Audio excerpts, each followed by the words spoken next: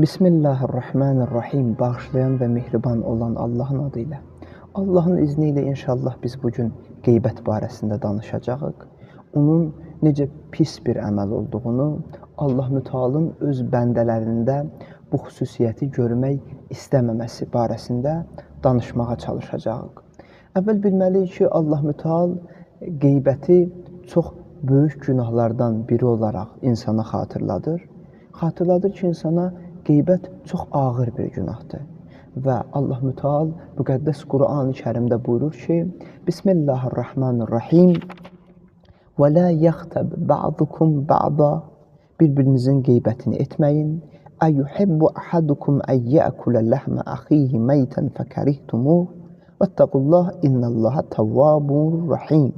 Allah Mütəal ardıcı ayənin davamında buyurur ki, sizdən biriniz ölmüş qardaşının ətini yeməyə razı olarmı?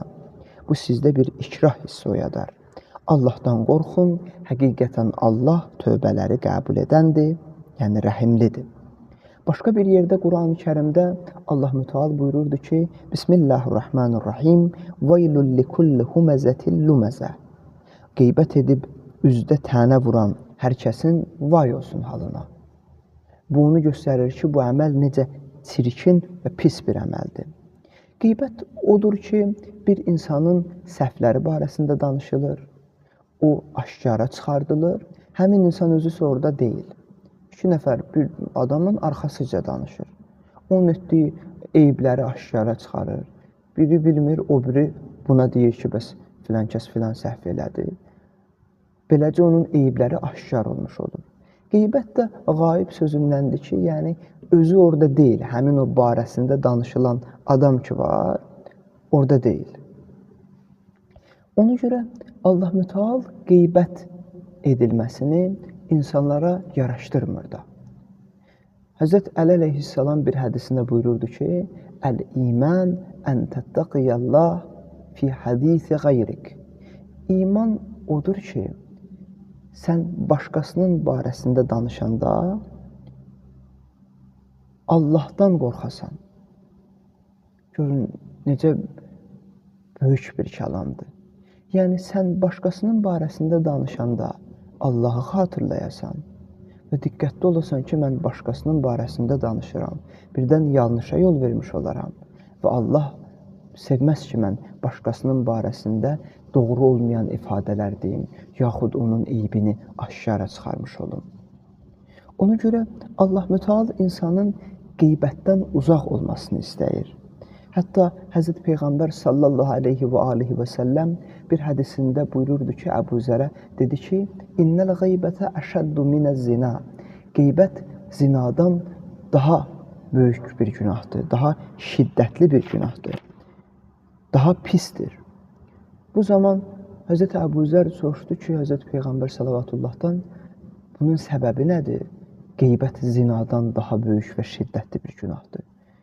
Allah Rəsulü cavab verdi ki, çünki bir insan zina etdiyi zaman tövbə edir və Allah onu bağışlayır.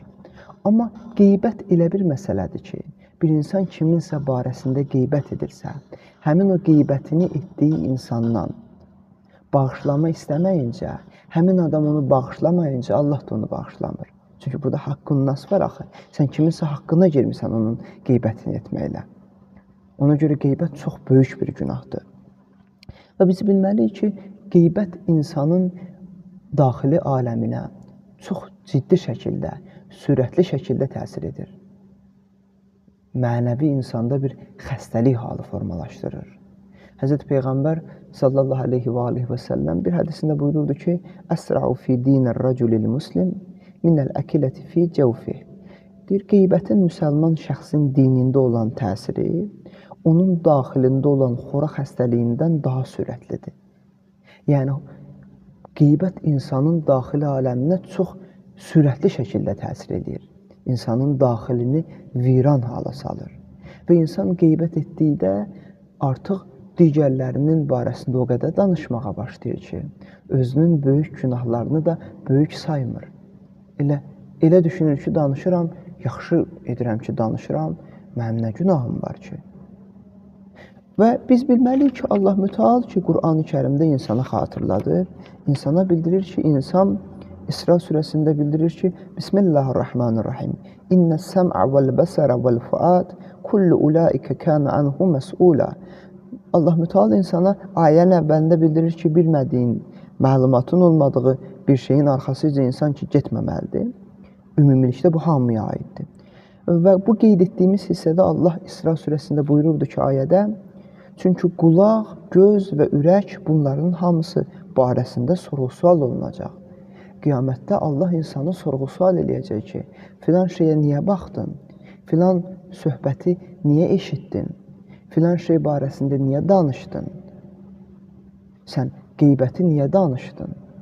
Və gördün ki, qeybət edilir, niyə qulaq asdın? Niyə bu qulağına əziyyət verib onu eşitdin? Bunlar barəsində insan bilməlidir ki, sorğu-sual olunacaq. Və insan qeybətdən yaxşı necə uzaq qala bilər? İnsan qeybətdən bu cür uzaq qala bilər ki, insan əvvəl öz eyiblərinə baxsın.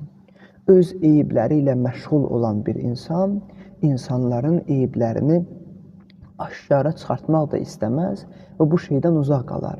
Çünki özü də eyibli olduğu üçün düşünər ki, mən kiminsə barəsində danışıramsa, onun eybini aşkara çıxarıramsa, mənim də eybimi aşkara çıxaran olacaq. Bunu bilməlidir insan. Əlbəttə, şəriətimizdə bəzi yerlər var ki, orada artıq o qeybət hesab olunmur. Məsələn, günahkar olması aşkarda daim günah edən bir insanın və yaxud bu qism olan bəzi yerlər var ki, orada o qeybət hesab olunmur. Həmin şəxsin barəsində, onun əməlləri barəsində danışılması. Çünki o hal elə hallardır ki, istisna hallardır. Amma ümumilikdə kimsə bir səhv edər, sən gedib onun qıraqda arxasıca danışarsan, onun bu səhvini ortaya çıxararsan, bu insana yaraşan bir xüsusiyyət də deyil.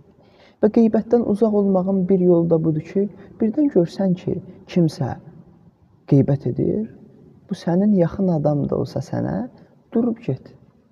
Əvvəl bildir ki, bu yaxşı davranış deyil. Görsən ki, yox, bundan uzaqlaşmırlar, sən onlardan uzaqlaş.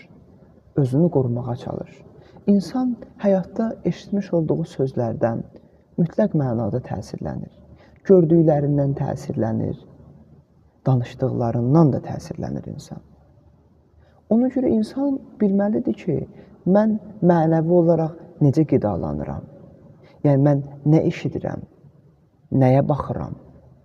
Axı, bunun insana təsiri var. İnsanın mənəviyyat aləmi çox sürətli şəkildə təsirlənən bir aləmdir. Onu qorumaq da çox çətindir. Allah da istəyir ki, insan qeybət etməkdən uzaq qalsın, özü ilə məşğul olsun. Hətta İmam Əli əleyhissalam Nəhcül Bəlağədə bir xütbədə belə buyururdu ki, deyirdi, bir zaman gələcək ki, orada insanların özünü qoruması ki, çətin olacaq. Amma səadətə çatan, özünü qoruyan, nicata çatan şəxslər barəsində danışanda qeyd edirdi ki, onların xüsusiyyətlərini cəmaat arasında fitnə-fəsad və söz-söhbət yaymırlar. Xalqın eyib və pisliklərini aşkar etmirlər. Yəni, geçsin filənkəsin arxasıca danışsın, sonra başqa adamın arxasıca danışsın. Beləcə daima insanların səhvlərini meydana çıxartmağa çalışsın. Deyir, yox, o insanlar belə insanlar deyirlər. Nicata çatan insanlar belə insanlar deyirlər. Allah da insandan istəyir ki, sən qeybət etməklə öz daxili aləmini məhv etmiş olarsan, buna görə özünü qorumalısan. Həzrət Əli əleyhissalam bir hədisində də buyururdu ki, xoş o kəsin halına ki, Əli əleyhissalamın mübarək kəlamlarından biri idi ki, Həzrət Əli əleyhissalam deyirdi ki, xoş o kəsin halına ki, öz eyibləri barədə düşünmək, onu başqalarının eyibləri barədə düşünməkdən çəkindirir. Yəni, öz eyiblərini düzəltməklə məşğuldur, öz eyiblərini xatırlayır. Beləcə, başqa insanların eyiblərinə baxmır ki, onlar barəsində danışın. Özü ilə məşğuldur. İnsan gərək özü ilə məşğul olmağı bacarsın. Və qeybətin də bayaq da qeyd etdiyimiz kimi xüsusiyyətlərindən biri də budur ki, qeybət elə bir günahdır ki, onu etmək çox rahatdır. Qeybət etmək çox asandır. Və elə bir günahdır ki, onun edilməsi çox rahatdır, çox asandır, amma günahı da çox ağırdır, çox çətin bir günahdır. Bu səbəbdən Allah bizi pis olan hər bir şeydən uzaqlaşdırır və Allah bizə yaxşı olan hər bir şeyi əmr edir. Ona görə biz qeybətdən, bu kimi pisliklərdən uzaq durmalıyıq ki, yaxşılıqlara doğru gedə bilək. Biz elə bilirik ki, çox adi şeylərdir. Kimsə kiminsə arxasıca danışdı. Çox çətindir, çox ağır bir məsələdir. Və çünki burada həm haqqullah var, həm haqqunnas var. Haqqullah, Allah bunu sənə qadağan eləyib ki, qeybət etmə. Haqqunnas var ki, sən bunu etməklə yanaşı Allaha ehtiramsızlıq edib və günah edirsən, eyni zamanda başqa bir insanın haqqına da girmiş olursan. Görün, bu çox ağır bir haldır. Allah yaxşı olan şeyləri bəndəsində görmək istəyir, onu pisliklərdən uzaqlaşdırır. Allah mütəaldan istəyir ki, Allah mütəal bizi Qur'an və Əhl-i Beytdən ayrı salmasın. Allah mütəaldan istəyir ki, Allah mütəal bizi öz gözümüzdə kiçiltməmiş, başqalarının gözündə ucaltmasın. Allahdan istəyirik ki, Allah kimin nə sıxıntısı varsa, dualar istəyənlər var, nə hacətləri varsa, çətinlikləri varsa, ən tez bir zamanda Allah onları aradan qaldırsın, həll etsin inşallah. İtaat və ibadətlərimizin qəbulu üçün, zəmanənin imamının salamatlığı üçün Peyğəmbər və Ali Peyğəmbərə salavat.